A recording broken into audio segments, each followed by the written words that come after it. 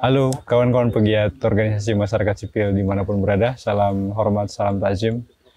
Hari ini di tempat yang luar biasa ini, super keren. Ini ada di perkemahan Cipudale namanya ya. Cipudale. Pak Anwar ini teman-teman Kopel yang mengelola, dan saya ditemani oleh Om Anwar yang sekarang menjadi nahkoda Kopel ya.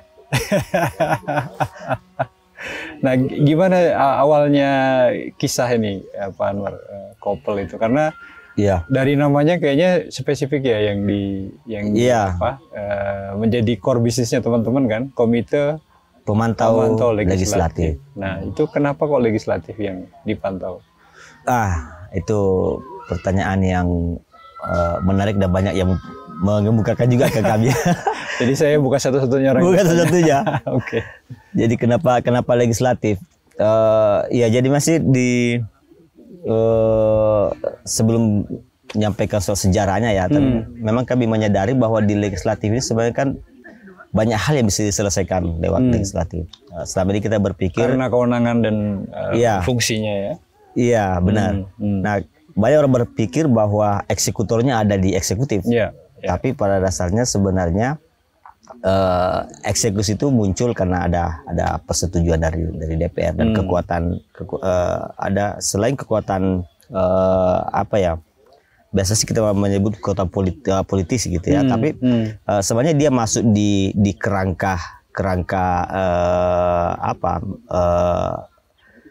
kerangka pemerintahan juga sebenarnya. Masuk dalam kerangka pemerintahan, diberikan ruang dan itu sangat menentukan.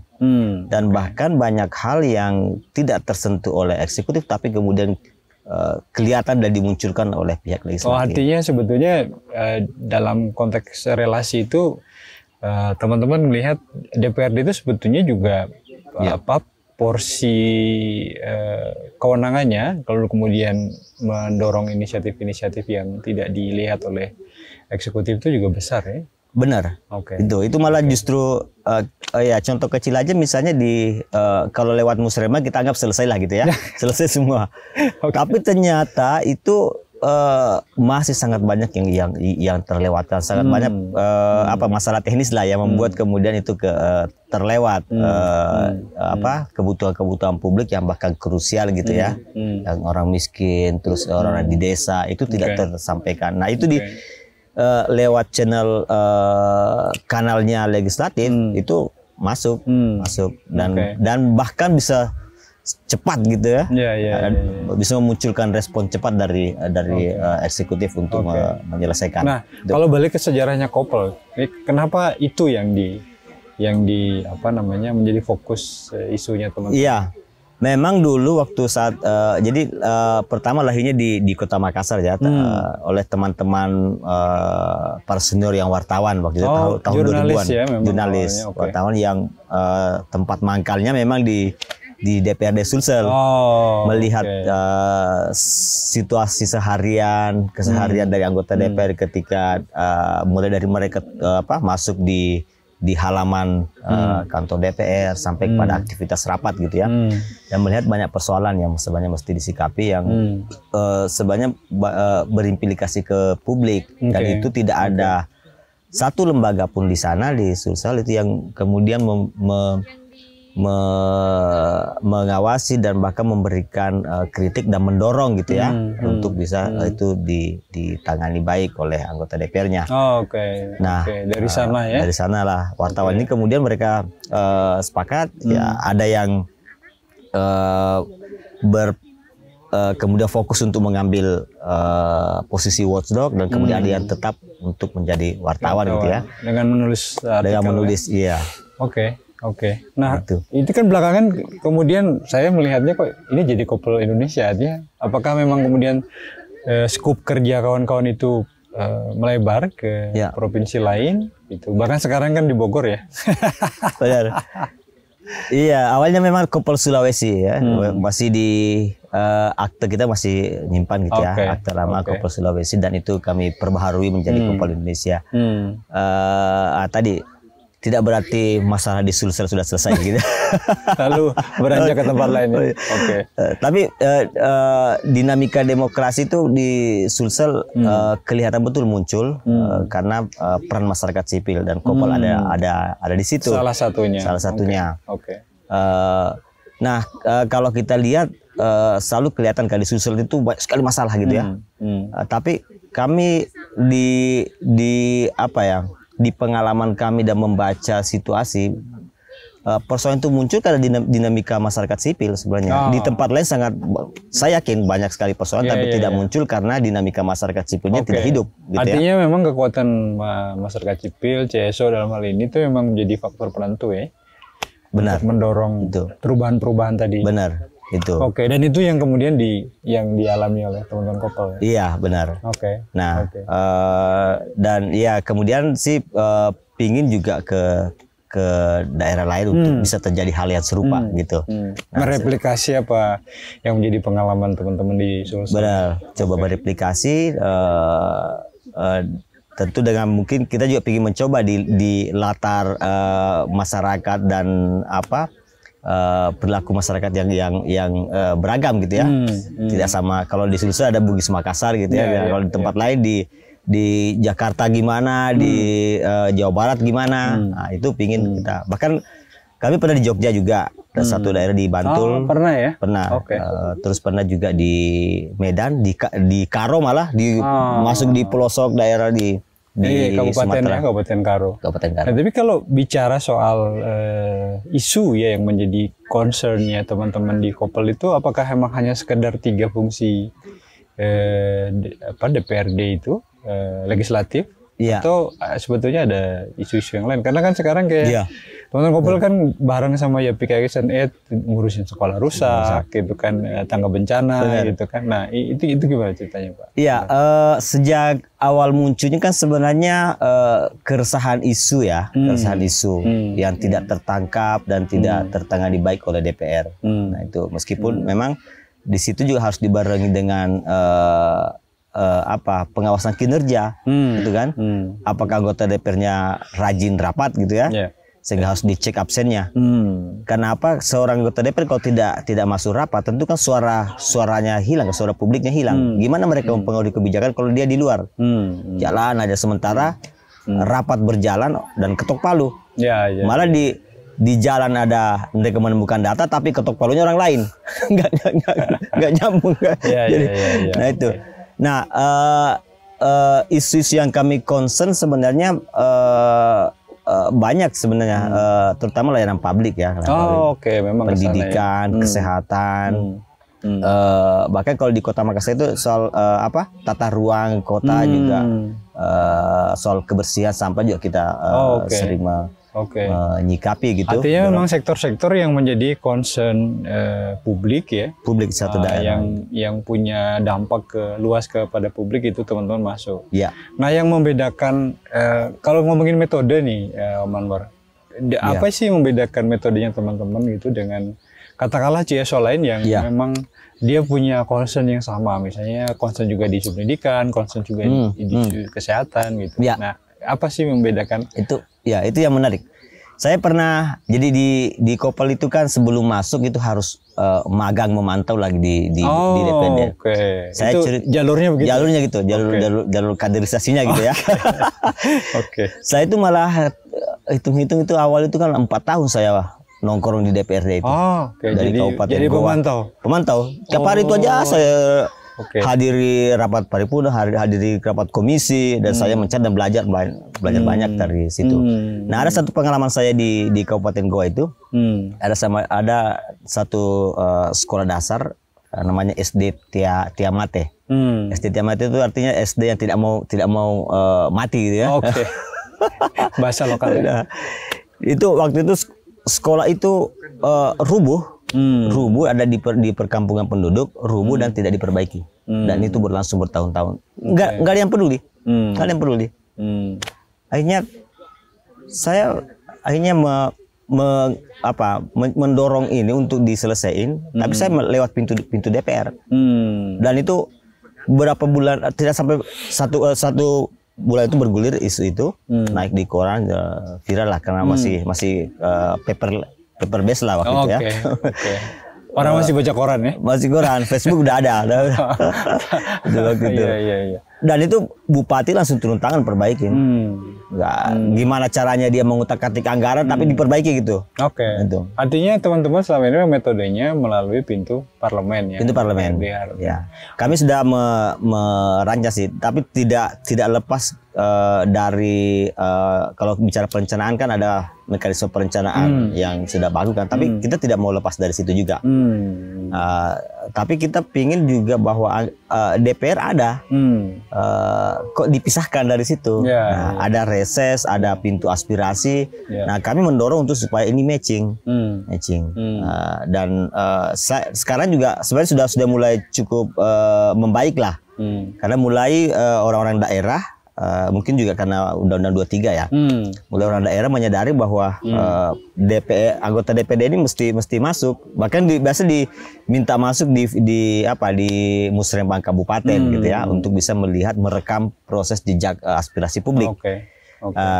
Dan juga diberikan ruang supaya aspirasi DPR dari reses dan juga pintu aspirasi DPR itu juga ada pintu. Tapi tetap ada satu tahap di mereka mensinkronisasi, mensinkronkan ini aspirasi dan juga kanal dari musrembang. Nah, kami kami tetap memilih DPR dan coba memberikan penguatan misalnya pada resesnya. Gimana reses yang efektif? Kami malah menyebut itu dari awal Kopel itu ada kita sebut dengan temu konstituen. Jadi memang seperti reses, tapi jangan formal dibawa kantor kecamatan. Dan kalau ini waktunya apakah memang mengikuti pola waktu resesnya? Karena juga tidak mengikuti. Karena gini, kalau reses biasanya kan yang diundangnya kan karena diserahin pada satu kepanitiaan dan dibatasi peserta, ini kan orang-orang tertentu. Karena orang kritis juga tidak dimasukin di situ. Orang yang tidak ganggu yang beda garis politik juga kadang diabaikan gitu kan. Nah, kami basisnya masyarakat nelayan, masyarakat petani. Bahkan di Bulukumba sudah dikembangkan temu konstituen tematik gitu ya. Misalnya isu pendidikan, isu anak gitu. Kita inisiasi, warga inisiasi, komunitas inisiasi, undang anggota DPR-nya. Kita gelar. Gitu.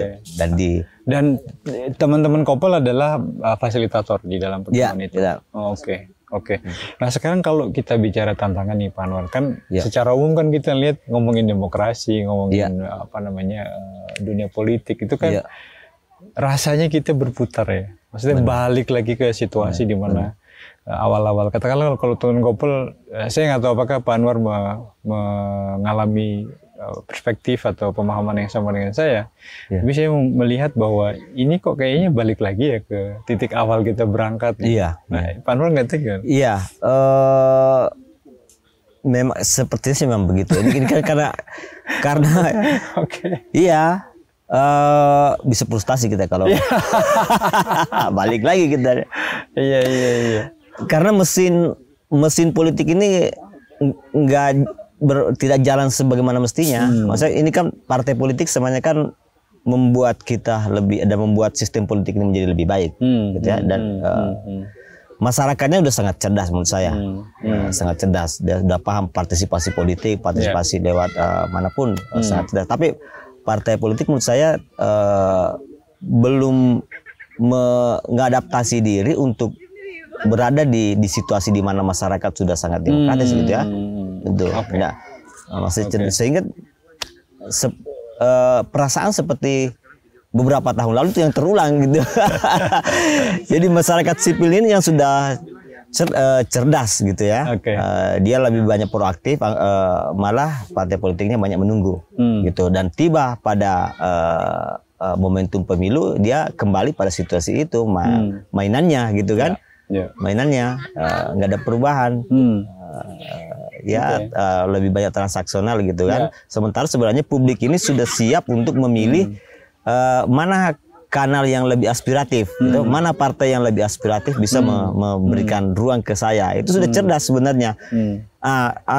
Partainya ini nggak menjual menjual dirinya sebagai sebuah partai yang memang berfungsi untuk penyambung lidah publik, nggak memproses itu. Nah, kita menggeledah aja, tidak ada proses. Artinya memang dorongan reformasi anggota DPRD itu memang harus dimulai dari partai. Sepakat itu, di situ memang. Dan kayaknya memang belum banyak ya kawan-kawan yang belum banyak. Justru kalau kita itu kalau pengalaman Kopel ya.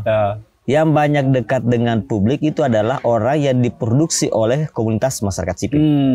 Yang kemudian masuk partai. Kopel punya dampingan parlemen grup di Sulsel itu. Ada yang sudah jadi anggota DPR, ada yang malah yang jadi wakil bupati gitu ya. Oh, ini orang-orang partai semua yang dia berproses di masyarakat sipil terus masuk partai. Nah, ya kalau kita lihat figuritasnya berbeda dengan yang lain. Dia lebih dekat ke publik, lebih nyantai menghadapi publik gitu ya. Lebih ngerti bahasa publik. Publik. Dan juga kelihatan kinerjanya berbeda. Gitu. Kalau di kampung sini adalah juga ya di Kabupaten Bogor ini kebetulan di lokasi di Desa Kerasari ini ada juga anggota DPR yang memang kita dampingi berikan teknik asisten gitu ya. Oh, yang dulunya kepala desa ya? Dulu kepala desa dan udah terasa lah. 3 tahun terasa gitu. Nah, ini kan pertanyaannya gini Pak Nur, gimana caranya supaya ini tidak kita ulang gini kan, kalau kita pada figur memang pada saat figur itu punya power gitu ya, berkuasa akan terasa ya. Tapi kan ini ada periodenya kan, anggota DPRD itu kan DPR itu kan cuma 5 tahun. Begitu balik lagi mutar lagi ke periode berikutnya, kalau kepilih. Kalau enggak, nanti kan kita akan mengulang proses itu lagi gitu. Benar. Apakah kawan-kawan punya satu refleksi dan kemudian kira-kira alternatif metodenya kayaknya ini nih yang harus kita dorong? Iya, ini saya kira kalau tetap mengharap partai politik tentu akan lama ya kalau saya sih. Akan lama proses itu kalau mengharap itu terjadi secara ya kita biarin aja biar dia berproses gitu ya kayak gitu. Malah agak pesimis kita itu terjadi. Kelihatannya. Nah, sepertinya memang yang harus kerja keras adalah masyarakat sipilnya. Jadi kita memproduksi dulu di masyarakat sipil orang-orang yang sudah jadi, kemudian oke lah, karena partai politik masih sebagai instrumen demokrasi, masuk ke sana. Jadi memang konsolidasinya ada di masyarakat sipil. Mesin itu ada di masyarakat sipil, dan ketika masuk partai juga masyarakat sipil tetap harus kerja, membuatin kaukus-kaukus gitu ya, memfasilitasi pertemuan-pertemuan dengan membahas agenda-agenda politik gitu. Nanti dari situ baru masuk ke partai politik. Ini yang tentu memang saya membayangkan.